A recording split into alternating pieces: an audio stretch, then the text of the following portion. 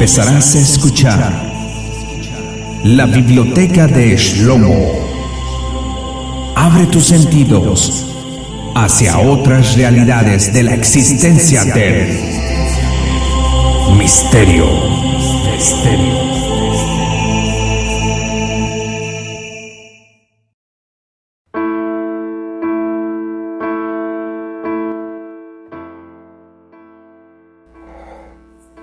Hola, muy buenas noches amigos de la biblioteca de Shlomo, la biblioteca de Salomón. Te doy la bienvenida en esta noche casi de luna llena, perfecta para hablar del misterio y de muchas temáticas más de ciencia, arqueología, antropología, historia y todo lo que nos apasiona a los amantes de la investigación y del misterio y en busca de respuestas. Bueno, te doy la bienvenida. Espero que hayas tenido una semana excelente o estés teniendo una semana excelente donde quiera que te encuentres y la hora que te dispongas a escuchar este audio. Y bueno, también te hago la invitación a que lo compartas y a que te suscribas a nuestro canal en las vías de YouTube, Evox y Spreaker y Facebook. Ahí nos encontrarás y podrás descargar el contenido de este audio. Puedes compartirlo con toda libertad y bajo la descripción te vamos a dejar toda la información para que tú también investigues juntos con nosotros sobre esas temáticas que tanto nos apasionan en el día a día. Y bueno, el día de hoy vamos a platicar de dos temas muy importantes. El primer tema trata de: ¿fue detonada una bomba atómica en la India 12,000 años atrás? Esta es la pregunta. ¿Hubo una detonación atómica en la India? ¿Cómo fue posible que haya existido una bomba atómica hace 12,000 años atrás? Y bueno, el segundo tema, vamos a hablar sobre los viajes en el tiempo. ¿Es posible viajar en el tiempo? ¿Hay evidencias de viajeros en el tiempo? ¿Existe la teletransportación? ¿O solamente es mito y ciencia y ficción? ¿O realmente no existe la teletransportación? Vamos a platicar de esto desde un punto científico, desde un punto analítico, pero también desde un punto espiritual, no cerrándonos a ninguna posibilidad. ¿Es posible viajar en el tiempo? ¿Será que ha habido personas que ya lo han hecho? ¿Será que ha habido personajes en la historia que han estado viajando y visitándonos en el tiempo, o nosotros los hemos visitado y no hemos estado conscientes de esta realidad? ¿Será posible eso? Bueno, el Mahabharata. Vamos a ver el Mahabharata, un libro muy antiguo que prácticamente es uno de los libros más antiguos en la India. La India es conocido por sus historias muy antiguas y por su fabulosa historia que todavía seguimos fascinados, ¿verdad? Y bueno, el Mahabharata es la epopeya más antigua del mundo, el poema épico más largo de la historia, más aún que la Biblia o las obras completas de Shakespeare. Su extensión, su profundidad, su caótica estructura, sus múltiples lecturas y sus innumerables matices hacen prácticamente imposible contarlo en pocas palabras. Lucha dinástica. Su nombre proviene del sánscrito Maha, gran, y Bharata, humanidad. La gran humanidad. Eso es lo que quiere decir el libro del Mahabharata, la gran humanidad. Se suele traducir por la gran historia del pueblo de India y por extensión de toda la humanidad. Muy resumientemente, cuenta la historia de la rivalidad entre los grupos de primeros de los 5 hijos del rey Pandu y Padama y los 100 hijos del hermano Pandu los Caraubas. Según los historiadores, este pugna se basa en hechos reales sucedidos alrededor del año 3000 años antes de Cristo, aunque otros historiadores lo ubican en el torno del siglo V o siglo VI antes de Cristo. Y bueno, quiero hacer una pequeña connotación, ya que la palabra a una de las deidades principales de la India es Brahma, ¿sí? Pero si volteas esa palabra, le puedes encontrar el simbolismo de Abraham, ya que la deidad principal en el hebreo quiere decir Abraham. Y bueno, ¿de dónde viene esta idea? Abraham tenía hijos con la persona que fue la esclava, entre comillas, ¿verdad? Se dice ahí en los relatos bíblicos que Abraham tuvo hijos fuera con otra concubina. Y bueno, se dice que a estos hijos, en Génesis, habla de que estos hijos él les dio regalos y los envió al este, a diferentes partes de Asia. Y bueno, la palabra regalos en el lenguaje original, en el lenguaje hebreo, quiere decir conocimiento, ya que en aquella época era más valioso el conocimiento que el oro. Y hasta hoy en día nada ha cambiado. El conocimiento te da poder. Por eso es que estamos aquí platicando de esta temática. Con este hilo conductor se narra multitud de historias paralelas, historias de guerra y lucha entre el bien y el mal, de confrontación por la tierra, de amor, traición, venganza, de sabios, dioses y demonios. Historias algunas de una fantasía bellísima y sorprendente, como la creatividad india puede concebir. Cada historia, como la de la mitología de cada pueblo, se desgranan enseñanzas para la vida que se han transmitido de generación en generación. Esos son los textos del Mahabharata. La lucha culmina entre la gran batalla de Kurukshetra, en la que los Pandavas resultan finalmente victoriosos.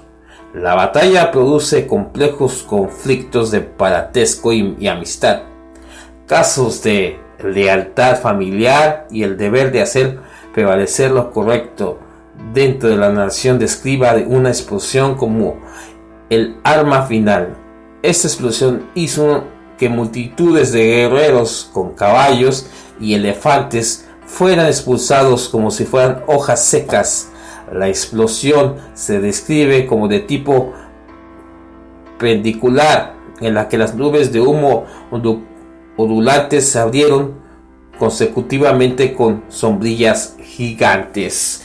Bueno, prácticamente habla de que hubo una destrucción en una parte importante de la humanidad y bueno, una guerra que prácticamente desciende de otros universos paralelos, ¿verdad?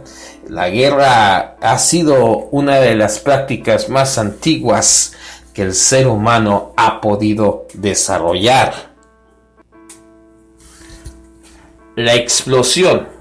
El historiador Kisari Mohan Manjuli sostiene que esta descripción de un gran holocausto nuclear en la antigüedad son proporciones claramente superiores a Hiroshima y Nagasaki. Además, aduce referencias en las que claramente se mencionan en los textos históricos pasajes completos dedicados a esta devastación, describiendo sus efectos en una extraña batalla nuclear.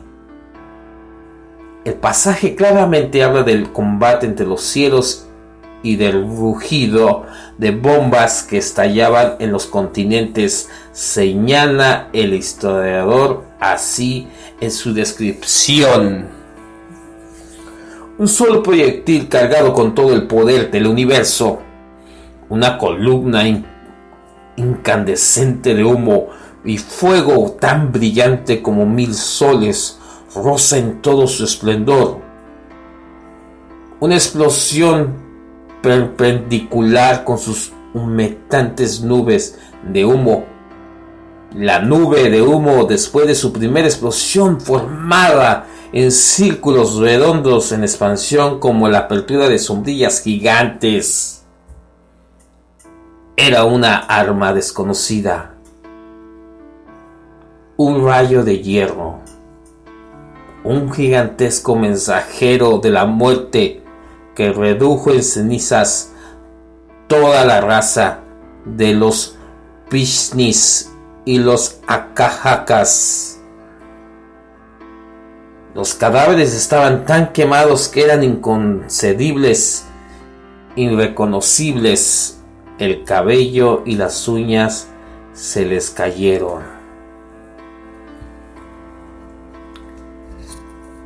Las investigaciones, según el arqueólogo Francis Taylor, en realidad que existen marcas en los templos de una zona de India en la que fue capaz de traducir ciertos detalles de las traducciones. Sugieren que la gente allí estaba rezando para ser librada de la gran luz que se dirigía a la ciudad para destruirla.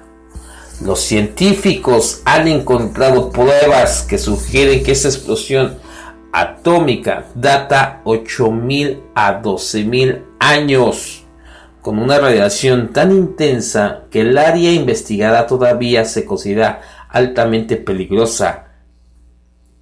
En esta ciudad antigua encontrada recientemente en la India, puede realmente ser el sitio de una explosión atómica ocurrida en el pasado distante. Es interesante cómo la historia, la ciencia comprueba que estos seres venidos de las estrellas han impactado la Tierra con las guerras, y cómo la Tierra sigue guardando esas secuelas de profunda batallas campantes. ¿Cómo es posible que la radiación, los átomos, las bombas atómicas ya existieran en aquella época?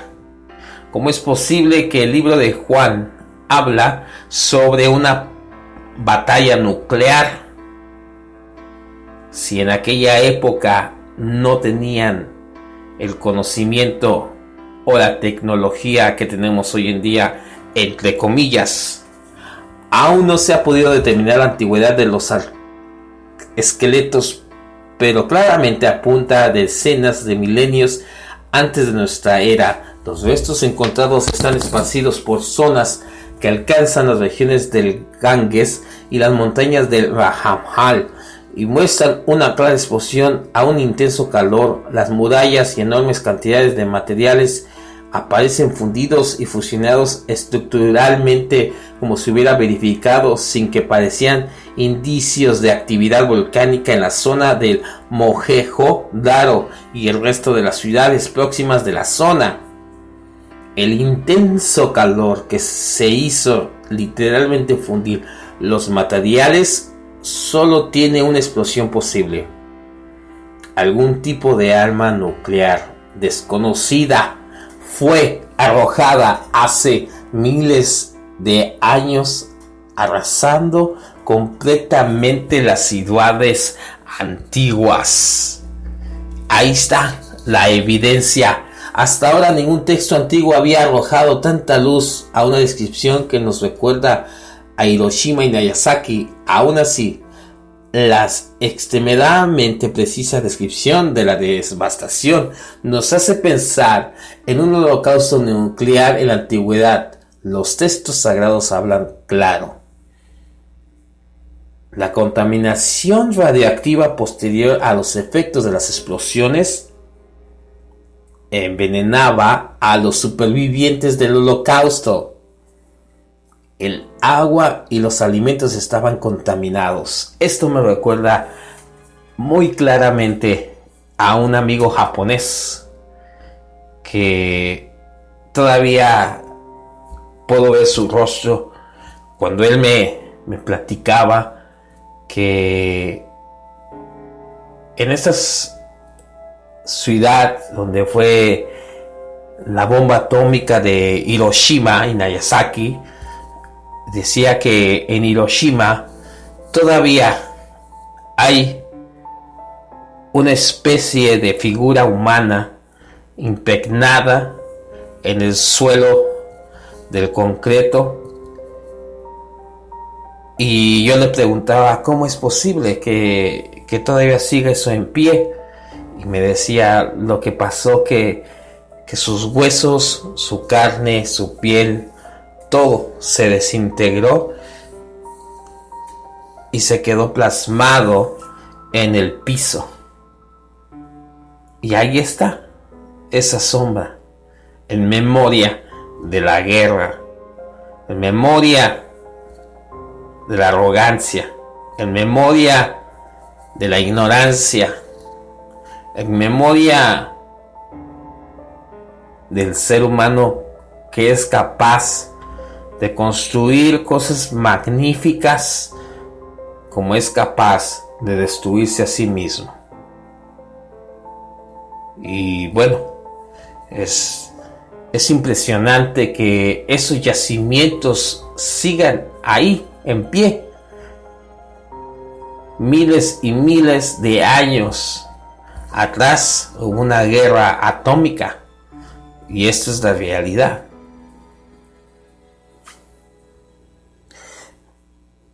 Realmente esto no es ni ciencia ni ficción.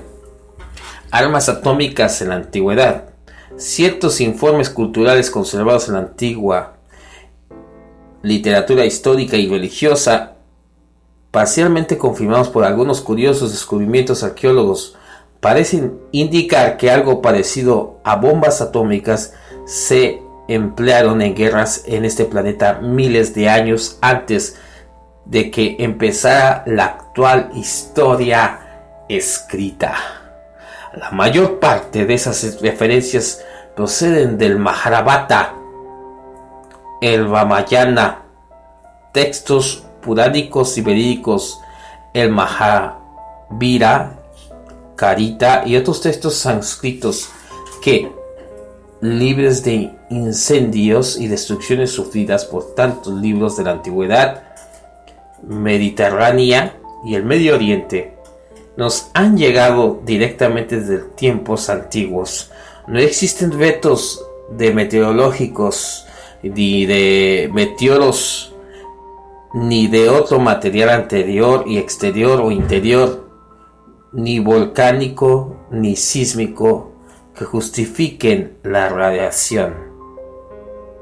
Tampoco una explosión de un meteoro que justifique una precisión de 600.000 atmósferas o una radiación 50 veces superior a la bomba atómica que devastó Hiroshima. Imagínate cómo pudo haber sido ese escenario catastrófico, cómo la Tierra ha presenciado, y siguen esas marcas ahí hasta el día de hoy. Esto suena exactamente como si tuviéramos descubierto una explosión atómica y sus consecuencias. Es sorprendente.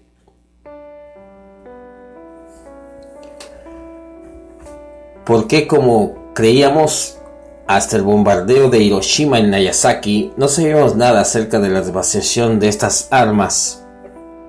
El envenenamiento radiactivo es algo que hace que el pelo y las uñas caigan, y entrar en el agua proporciona un poco de alivio, aunque no te salve del desastre. Durante la explosión de la ciudad mencionada anteriormente, se descubrieron esqueletos dispersos alrededor. Estos esqueletos tienen miles de años de antigüedad y son algunos de los más radiactivos encontrados. Algunos incluso tienen niveles de radiación 50 veces mayor a lo normal. Esta ciudad está siendo estudiada en la actualidad, en el año 2017, y por supuesto es un misterio para todos nosotros. Y bueno, recopilando la historia, Fue alrededor del año 400 a.C. cuando se empezó a dar forma al poema originario, agrupado distintas historias, leyendas y genealogías de la tradición oral. Hasta nuestras manos llega hoy, dividido en 18 libros llamados Parvan, aunque hay distintas versiones según los manuscritos utilizados. No tiene un autor único conocido, sino que fue moldeado con el paso del tiempo. Sin embargo, se considera que Krishna, Dvaipayana y Vyasa, como responsable del meteorito trabajado de compilación y organización de tanta compleja historia.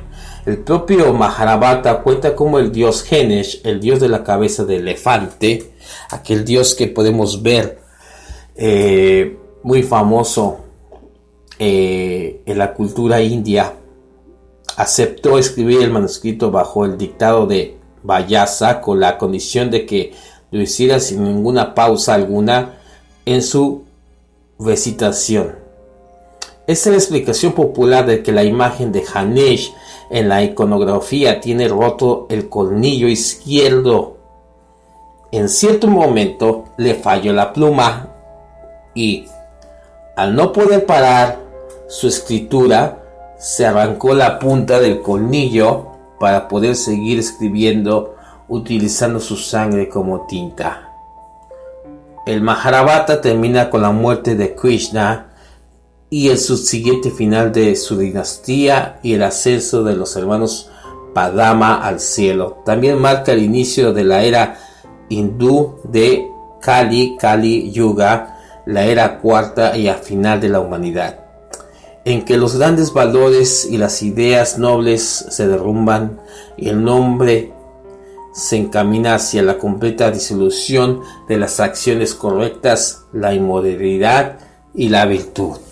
Bueno, prácticamente este es el final de esta leyenda hindú, como este personaje, este dios Ganesh, se quiebra una parte de su colmillo y empieza a escribir con sangre.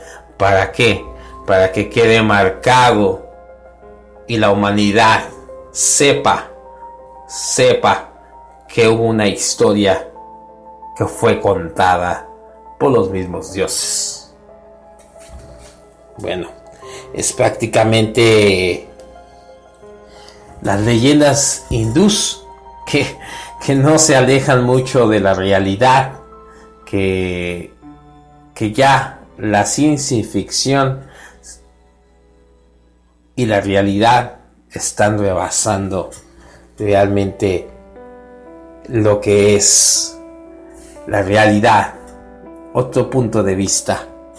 Bueno, espero que te haya gustado esta pequeña introducción sobre esta guerra nuclear, sobre el Mahabharata, sobre sus dioses, sobre estos libros escritos 400 años antes de Cristo. Los puedes buscar e investigar juntos con nosotros, ya tienen los nombres. Y bueno, pequeña información fue prácticamente compartida por los amigos de Código Oculto. Todos los créditos se los damos a ellos. Y bueno, continuando con esta temática, te voy a dejar con una pequeña introducción hacia nuestro próximo tema: los viajes en el tiempo. ¿Es posible viajar en el tiempo? ¿Será real? ¿Está ocurriendo en pleno siglo XXI? ¿O ya ocurrió en el pleno siglo I? Vamos a ver algunos casos más adelante. Te dejo con esta introducción.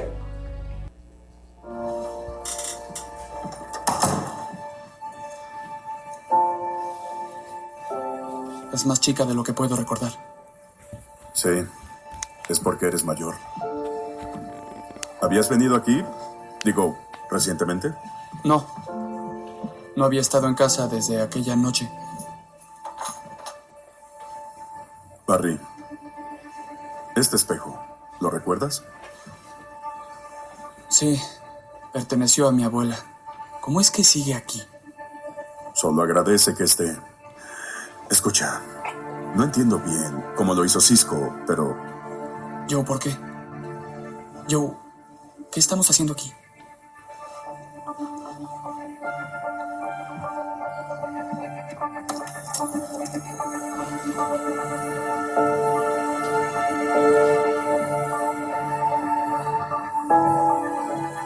Mamá. en definitiva se ven a dos personas muy veloces peleando alrededor de tu madre. Dos velocistas. ¿Ves eso? ¿La sangre? Cisco y yo mandamos a analizar el ADN. Es tuya. No, eso es imposible. Ni siquiera había bajado aún. No, Barry, no ese tú. Este tú. Cisco mandó a analizar las muestras y las proteínas en la sangre. Son de un adulto, no de un niño. ¿Qué significa? El segundo velocista que quiere detener al hombre de amarillo. Es Flash. Soy yo.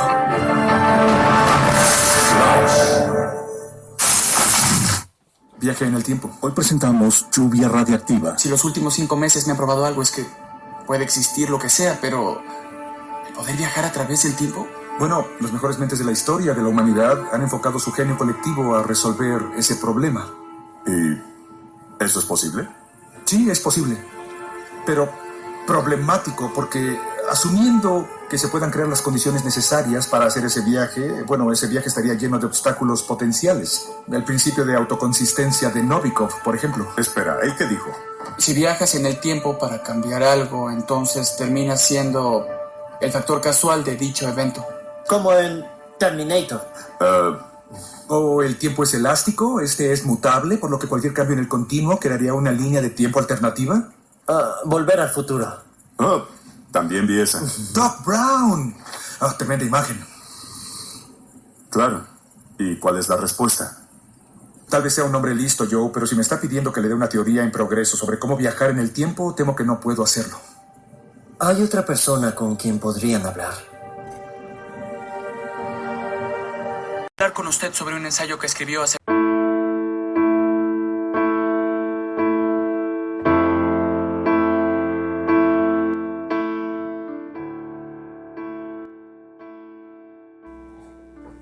Bueno amigos, esto fue prácticamente una pequeña introducción al tema del día de hoy. Bueno, nuestro segundo tema sobre los viajes en el tiempo.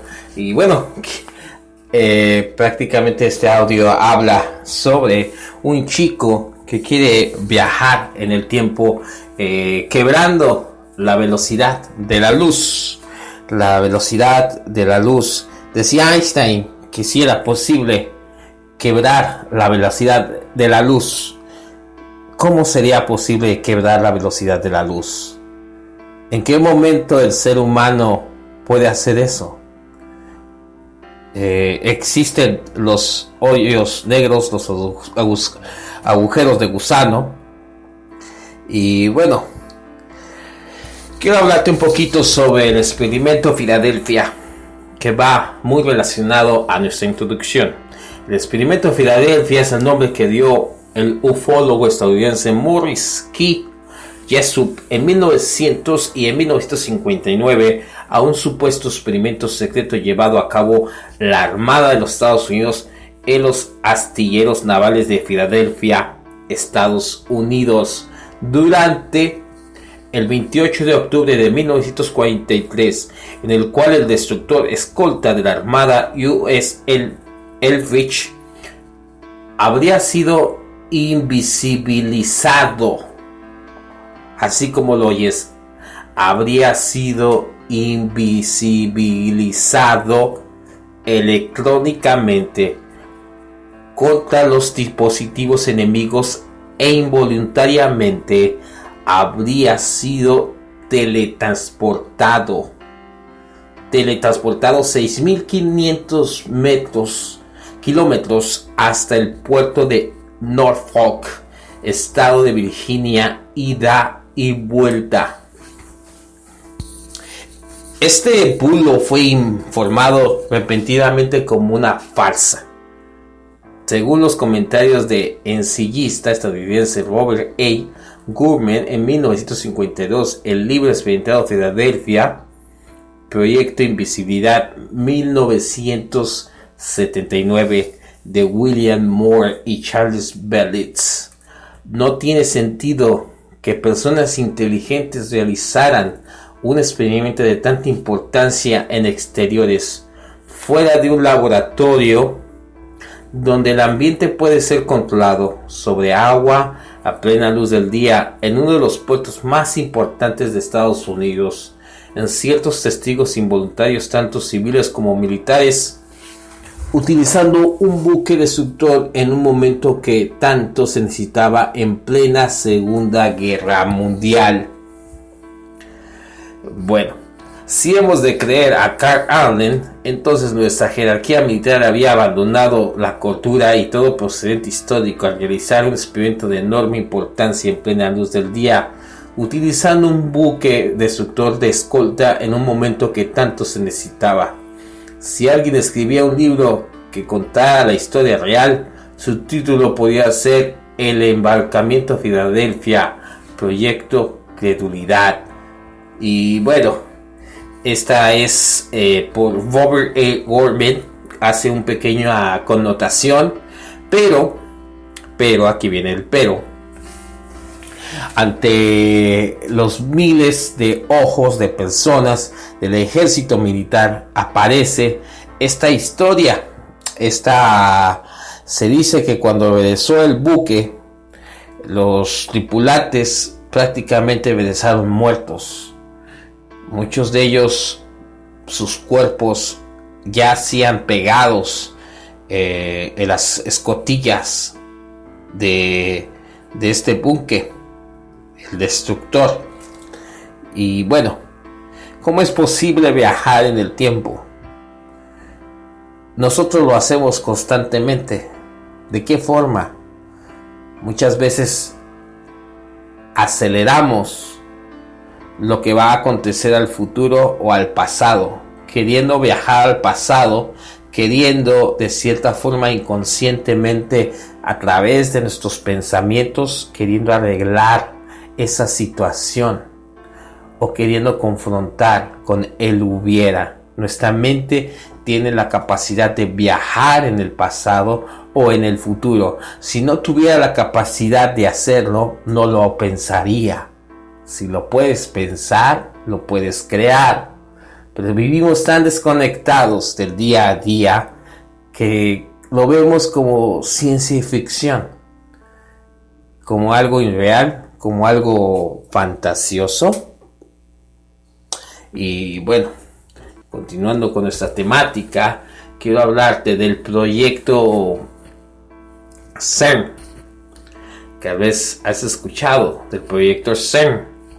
El proyecto CERN produce y atrapa átomos de antimateria. El experimento ALPHA, el Laboratorio Europeo de Física Particular en CERN, publica en Nature una técnica que logra retener átomos de antihidrógeno durante una décima de segundo, tiempo suficiente para permitir su estudio. El desarrollo de este método permitía estudiar las diferencias entre la materia y su contraparte, la antimateria. Eso es lo que habla, es lo que es un átomo, es representante de lo que vemos en la materia. Por decirlo así, enfrente de mí está una mesa. Eso es parte de los átomos, de algo físico, algo sólido, como el micrófono que estoy utilizando ahorita es parte del átomo. Partículas de materia que no los podemos ver por nuestros ojos, pero que existen y son parte de la materia. Y bueno, paso previo a entender por qué la materia prevalece en el universo. CIPAN Europa. El experimento alfa del Laboratorio Europeo de Física de Partículas CERN ha realizado un importante avance en el desarrollo de técnicas para conocer uno de los interrogantes más abiertos del universo. ¿Existe una diferencia entre materia y antimateria? ¿Realmente existe la diferencia?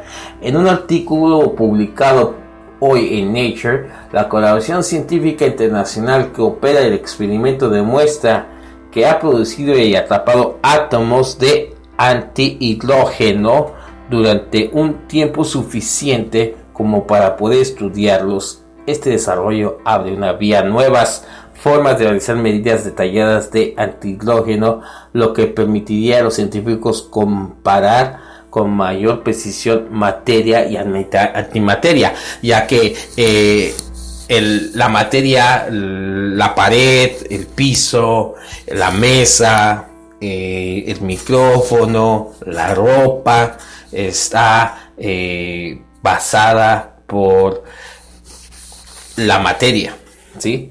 Por el hidrógeno, ¿sí? por el oxígeno, por elementos que son parte fundamental de la materia.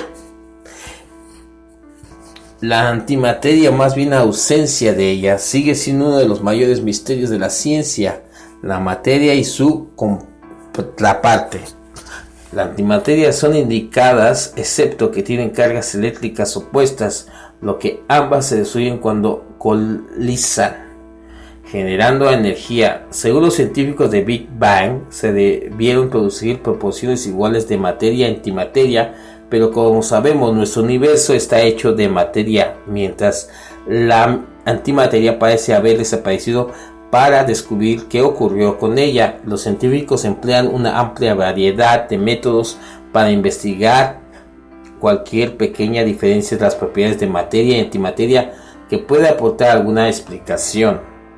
Bueno, ya que todo es nitrógeno, carbono y otros elementos que forman, que es un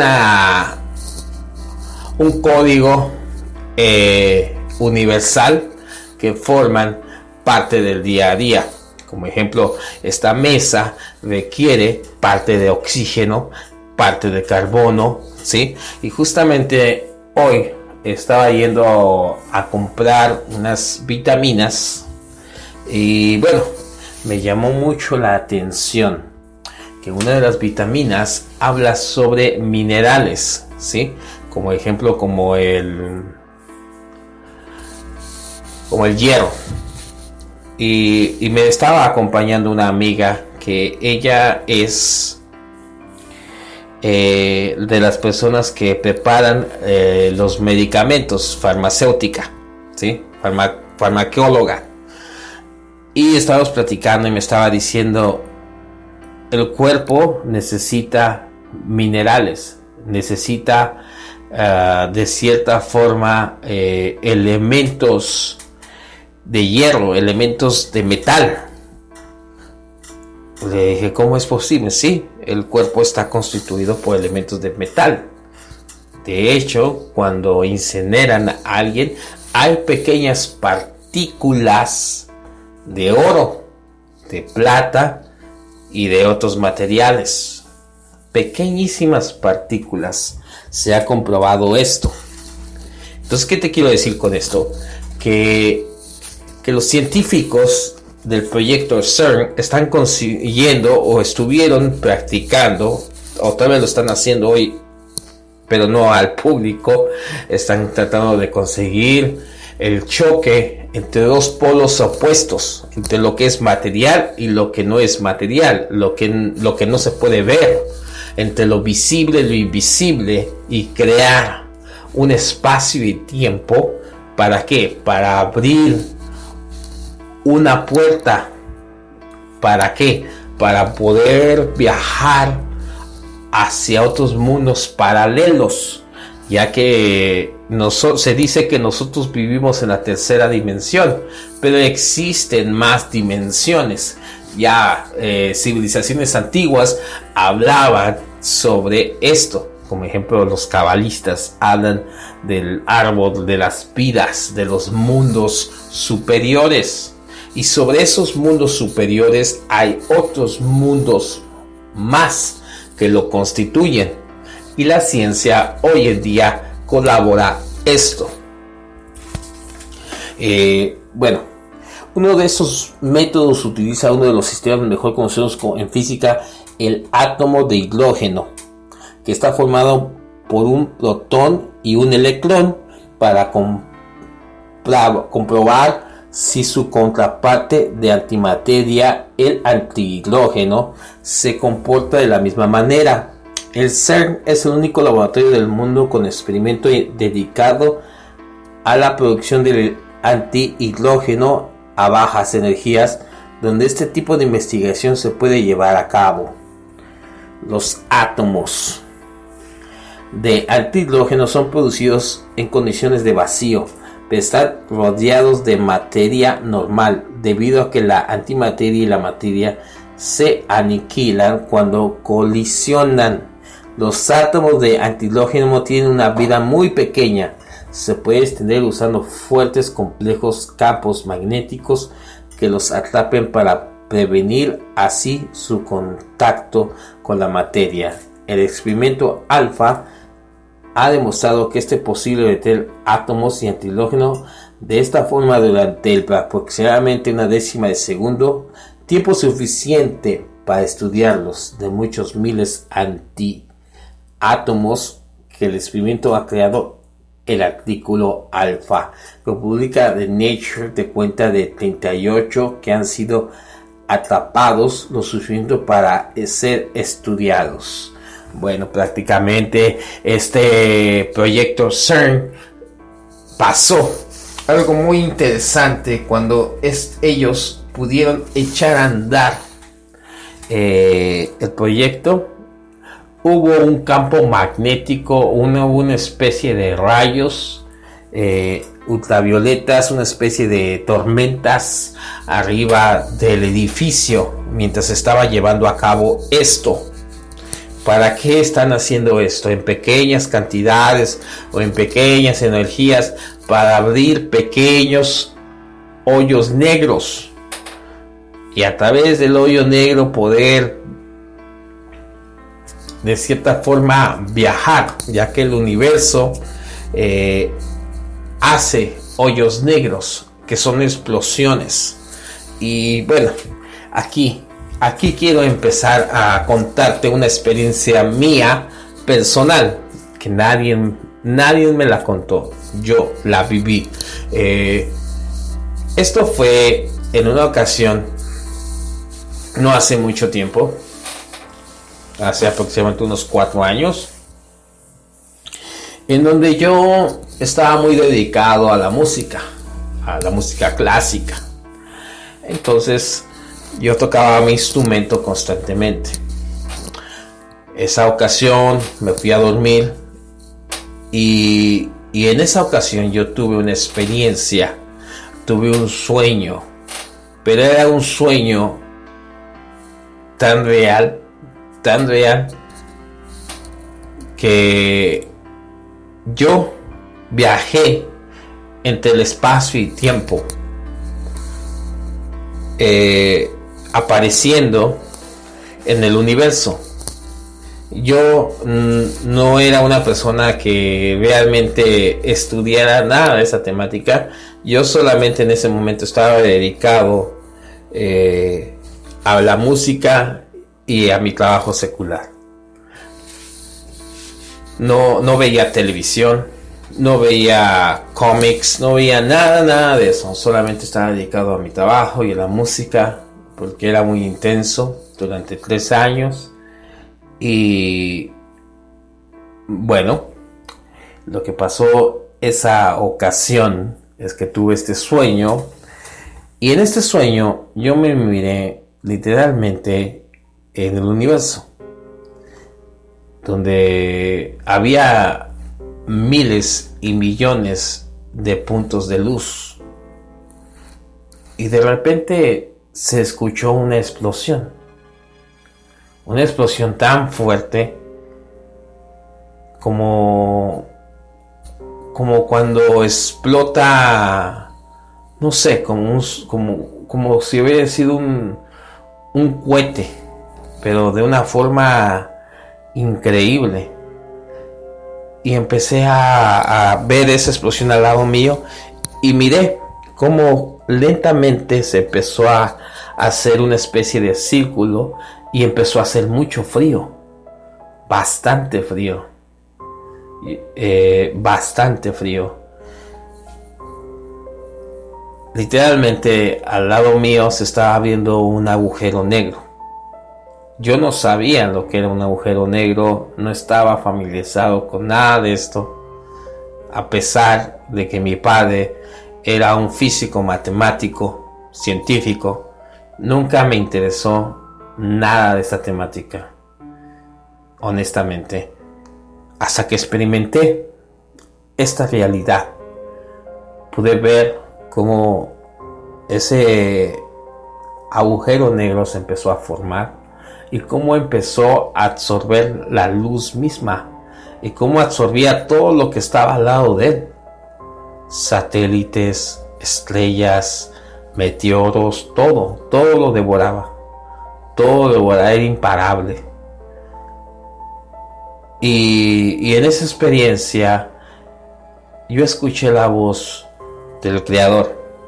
Yo no sé si seas ateo o no, pero yo creo en un ser supremo que gracias a él estoy aquí platicándote.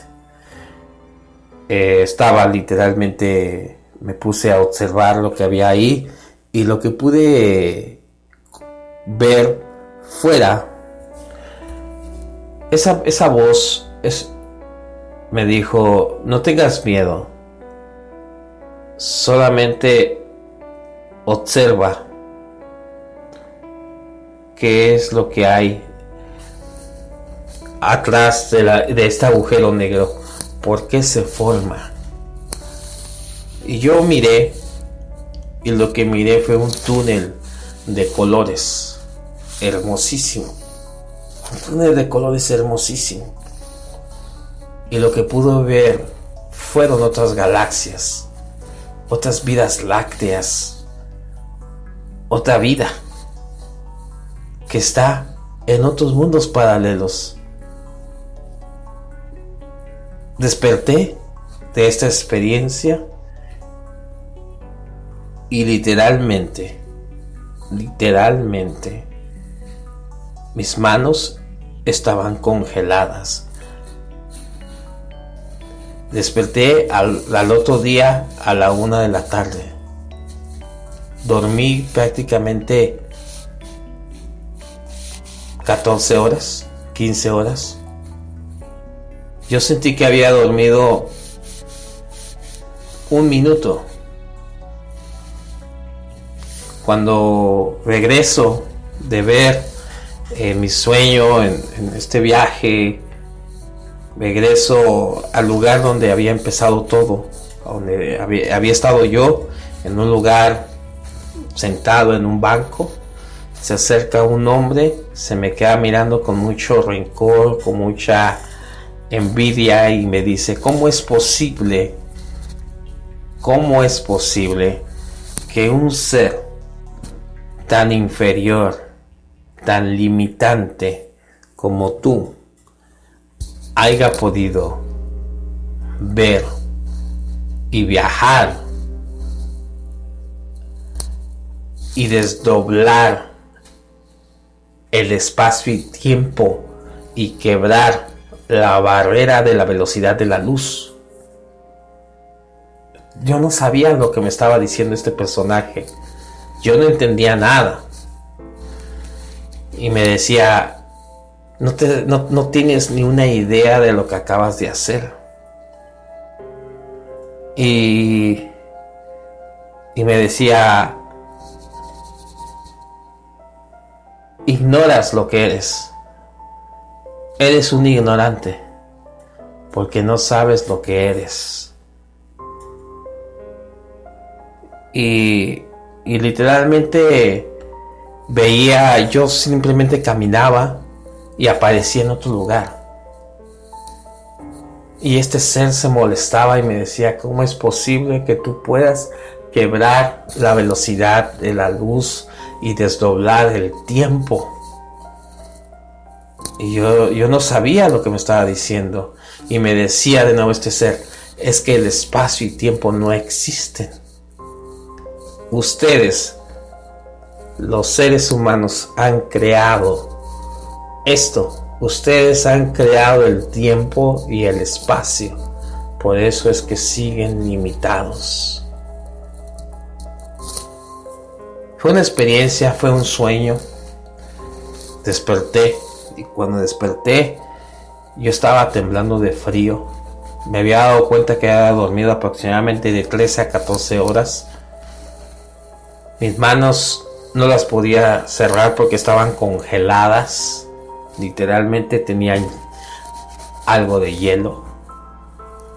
Son cosas que son difíciles de explicar. En pleno siglo XXI, no fue una película de ciencia ficción. Y yo hablaba con un cabalista sobre esto y me decía, es que, Misael, nosotros viajamos todas las noches al dormir. Nosotros somos seres espirituales, pero no nos hemos dado cuenta de nuestro potencial. Hemos estado cegados por lo que comemos, por lo que pensamos, por lo que nos han dicho. No ha sido malo, pero tampoco ha sido bueno. Y lo que nos han dicho sobre usted no puede hacer esto o esto es imposible, es porque ellos fueron educados así, nuestros padres. Pero de cierta forma tuve la oportunidad, la fortuna de tener un padre que estudiaba todas esas temáticas y que se cayó muchas cosas por cuestiones de no sé, de códigos, ¿verdad? Por cuestiones de integridad, ¿verdad? Por lo cual lo comprendo. Pero esta ha sido mi experiencia. Realmente, como lo he dicho, viene un despertar de conciencia, viene un despertar a la humanidad, al ser humano. Y sé que tú tienes experiencias que platicar. Tal vez te identifiques con mi experiencia, o tal vez digas, eso no es posible. Pero ¿cómo puedes saber un chico que nunca había estudiado ningún libro de ciencia, que por lo contrario, siempre tenía un choque con mi padre? Nunca me gustó la ciencia, pero he podido comprender a través del tiempo, de los años, de las experiencias, y al final es tu experiencia, lo que tú vives, que nadie te cuente. Vívelo tú, investiga. Y bueno, ha sido mi experiencia mía personal. Y bueno, cambiando de tema, siguiendo con este tema, con esta temática, quiero platicarte de un hecho que está ahí relatado en un libro maravilloso llamado la Biblia. Y este hecho es de un caso de teletransportación, de un caso de desdoblamiento del tiempo, del espacio y tiempo, probablemente a la velocidad de la luz. No lo sé, pero ahí está. Este relato habla en Hechos 8:26 del 39 y te lo voy a leer en brevemente. Dice: Felipe y el etíope. Un ángel del Señor habló a Felipe diciendo: levántate y ve hacia el sur, por el camino que desciende de Jerusalén a Gaza, el cual es desierto.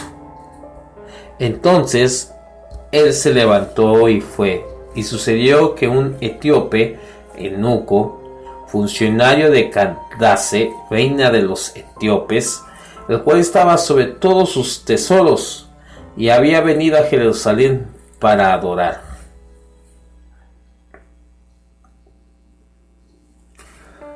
Volvía sentado en su carro, en su carroza.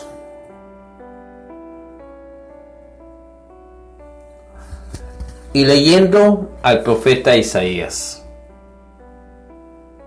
Y el Espíritu dijo a Felipe: acércate y júntate a ese carro. Acudiendo Felipe, le oyó que leía al profeta Isaías, y dijo: ¿pero entiendes lo que lees? Y él dijo: ¿cómo podré, si alguno no me enseñare? Y rogó a Felipe que subiese y se sentare con él. El pasaje de la escritura que leía era este: como oveja a la muerte fue llevado, y como cordero mudo delante de él que lo trasquila, así no abrió su boca. En su humillación no se hizo justicia, mas su generación, ¿quién lo contara? Porque fue quitada de la tierra su vida. Respondiendo el eunuco, dijo a Felipe: te ruego que me digas, ¿de quién dice el profeta esto? ¿De sí mismo o de algún otro? ¿Cómo es posible que el profeta haya podido relatar esta historia? ¿Será que el profeta pudo viajar en el espíritu hacia el futuro? Eso sería una buena pregunta. Respondió el eunuco, dijo a Felipe: te ruego que me digas, ¿de quién dice el profeta esto? ¿De sí mismo o de algún otro? Entonces Felipe, abriendo su boca y comenzando desde esta escritura, le anunció el evangelio de Jesús. Y yendo por el camino, llegaron a cierta agua, y dijo el eunuco: aquí hay agua, ¿qué me impide que yo sea bautizado? Felipe dijo: si crees que de todo corazón bien puedes. Y respondiendo dijo: creo que Jesucristo es el Hijo de Dios, el Hijo del Eterno. Y mandó parar el carro, y descendieron ambos al agua, Felipe y el eunuco, y le bautizó. Cuando subieron del agua, el Espíritu del Señor transportó a Felipe, y el eunuco no le vio más, y siguió gozoso su camino. Y aquí la historia continúa, porque dice que Felipe apareció en otro lugar. Aquí hay un dato muy interesante. Cuando Felipe va al lado de esa carroza, aproximadamente la velocidad de un caballo, probablemente 50-60 millas por hora, no lo sé. Probablemente Felipe corría a la par, o tal vez no corría, o tal vez simplemente flotaba, y poder ver fuera de la carroza qué es lo que estaba leyendo este personaje llamado eunuco, y cómo es que Felipe es teletransportado hacia otro lugar. De cierta forma, conectando la materia y la antimateria, uniéndolas, y en ese colapso de choque, o en ese colapso de armonía, en ese punto medio, siendo el observador, puedes viajar en el espacio y tiempo. Ya decía Einstein que si era posible quebrar la barrera de la velocidad de la luz. Bueno, quiero hablarte ya casi para terminar nuestro programa de hoy sobre el efecto Mandela. Quizás ya lo has escuchado, quizás no. ¿Sabes qué es el efecto Mandela? ¿Qué es el efecto Mandela? El efecto Nelson Mandela consiste en un gran número de individuos que tienen un recuerdo muy vivido de algo que, de acuerdo a todos los registros existentes, no ha ocurrido. Toma el nombre de la gran cantidad de gente que quiere recordar a Nelson Mandela morir en prisión hace décadas, cosa que no ocurrió nunca. La supuesta explicación de este fenómeno es que el recuerdo realmente viene de algo que ocurrió, pero después el universo se cruzó con otro universo paralelo donde esto no ocurrió, y hay una discordancia entre nuestras mentes y la realidad del nuevo universo paralelo a donde nos hemos transportado, o algo así. Naturalmente, 99.9 millones. Se puede decir que este efecto es solo una gran gilibés. Sin embargo, hay un montón de discusiones en internet acerca de ejemplos de fenómenos sobre toda la web esfera, y bueno, hay un montón de casos. Es tan impresionante como hoy en día la mente todavía no sabemos al 100% cómo funciona nuestro cerebro, cómo trabajan las neuronas espejo, cómo trabaja la amígdala, aquella pequeña parte cerebral que equilibra nuestros sueños entre la realidad o el estado REM, el estado del sueño. Bueno, prácticamente es súper interesante cómo hoy en día seguimos investigando. Y antes de ya casi por culminar nuestro programa, quiero dejarte con otra segunda introducción y platicar sobre el caso Hakan Norvix, viajes en el tiempo. Bueno, continuamos. Sobre un ensayo que escribió hace 25 años para el Oxford University Press. Ha escrito mucho para ese editorial. ¿Podría ser más específico? Viajes en el tiempo. Estas son unas pocas ideas al azar que tuve sobre el tema. ¿En serio? Verás, yo pienso que en el espacio-tiempo es una autopista fluida que intersecta con el mundo físico. Vivimos en los momentos entre las entradas y salidas. Teóricamente, para viajar en el tiempo, uno solo necesita saber cómo entrar en la autopista. Claro, ¿y está diciendo que esto es posible, el viajar hacia el futuro? Sin duda, Parry. ¿Qué hay sobre el pasado?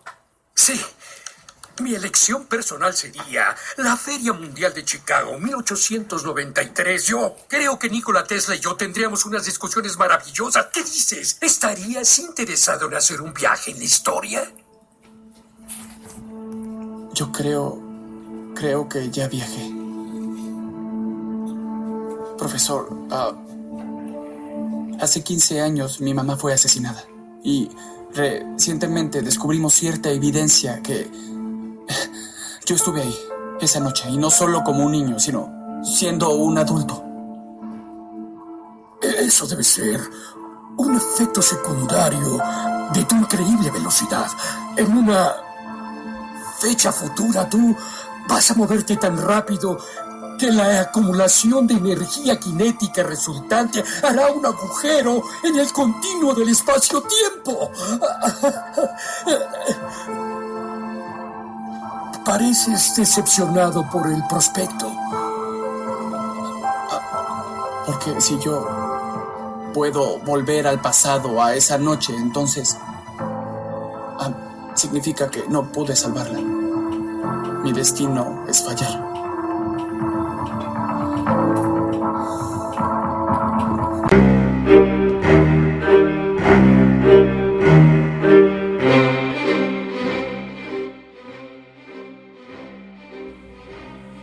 Bueno amigos, ya casi estamos por culminar. Quiero platicarte sobre este chico Hakan Norvix. El creer en los viajes en el tiempo resulta muy difícil en la vida real, pero no para la ficción. Ya hemos visto películas como La máquina del tiempo, que trata sobre un científico que crea una máquina del tiempo para volver unos años antes y evitar la muerte de la mujer que tanto amó. Nos ponemos a pensar, como en nuestro audio introductorio pudimos escuchar cómo este chico de cierta forma quería evitar la muerte de ese ser querido, la muerte de su madre, el cual había sido apuñalada por otro individuo. Y así ha habido muchos casos de personas en España, alrededor del mundo, ¿sí?, que de repente aparecen en otro lugar, o de repente, no sé si te ha ocurrido algo que se le llama aquí en Estados Unidos el famoso déjà vu. El déjà vu es cuando dices, creo que ya viví esto y creo que ya estuve aquí en alguna parte de mi vida, pero no lo recuerdo. No sabes en qué momento lo viviste. Probablemente tú viajaste en el tiempo, quebrando el espacio y tiempo, ya que los pensamientos o la mente no conoce el espacio y tiempo. Un pensamiento puede viajar más allá del espacio y tiempo. No conoce límites, no conoce tiempo. Y bueno, prácticamente eso es la realidad desde otra perspectiva.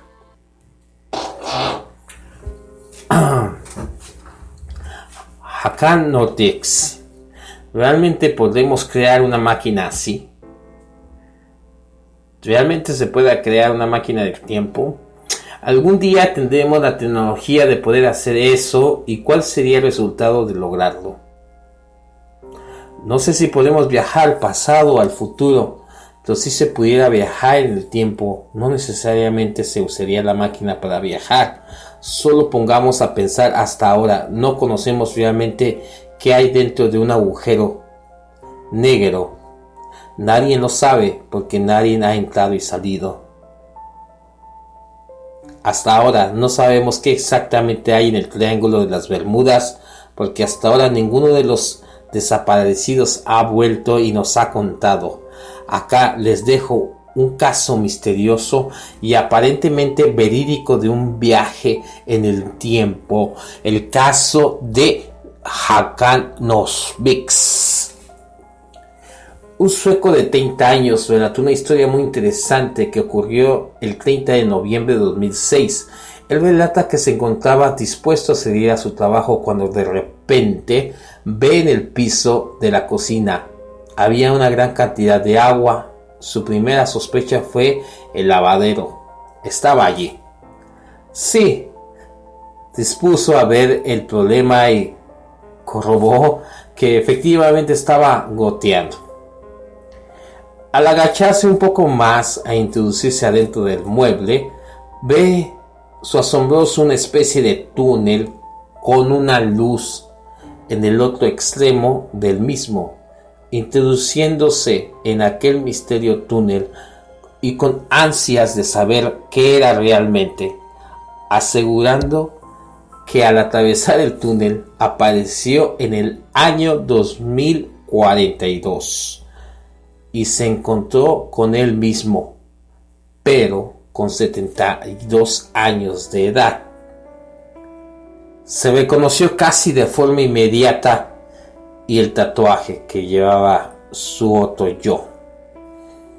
También lo poseía, pero más desgastado. No despreciando la oportunidad de tal evento, como su teléfono celular, ya grabó un pequeño video donde se los ve juntos en los 40 años, con el mismo 70 años. Northrick asegura que su otro yo le reveló acontecimientos futuros y que le habló sobre el secreto que solo él conoce. Los primeros análisis del video efectuado por expertos no arrojan fraude alguno y asombro más de uno.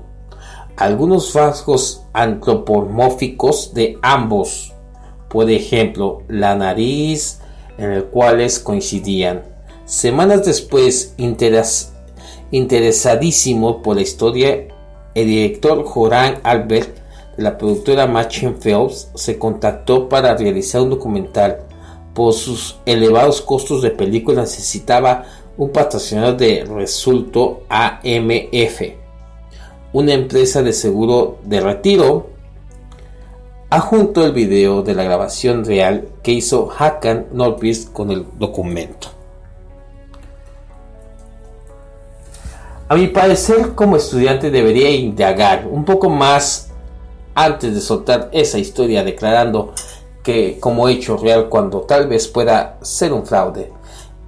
Y hay bastante información en internet, una de esas sobre la compañía de seguros que tuvo detrás de esto, solo para darnos un mensaje sobre nuestro seguro y bueno, el marketing. Prácticamente este es un caso real donde podemos ver que es posible viajar en el tiempo y el espacio y tiempo. Y hoy en día, hace aproximadamente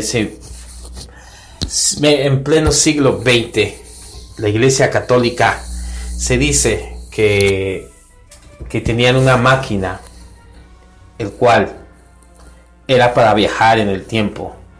Y hoy en día podemos ver muchos de estos casos en los archivos secretos de la CIA que están al público. Por mi parte fue todo. Gracias por tu tiempo, gracias por estar ahí conectado, gracias por seguirnos, gracias a todos los seguidores. Te invito a que compartas este audio, a que te suscribas en nuestro canal en YouTube y le des like una manita arriba y le hagas una pequeña presión a la campanita para que puedas estar al pendiente de nuestros futuros audios que prácticamente los estamos transmitiendo hoy en vivo, pero también para que los puedas escuchar completa libertad a la hora que te dispongas a escucharlos. Y si tú tienes un caso o algo que compartir, no olvides en enviarme un mensaje. Por mi parte fue todo. Gracias a cada uno de ustedes, gracias a ti, porque el misterio nos acompaña. Esto fue la Biblioteca de Salomón.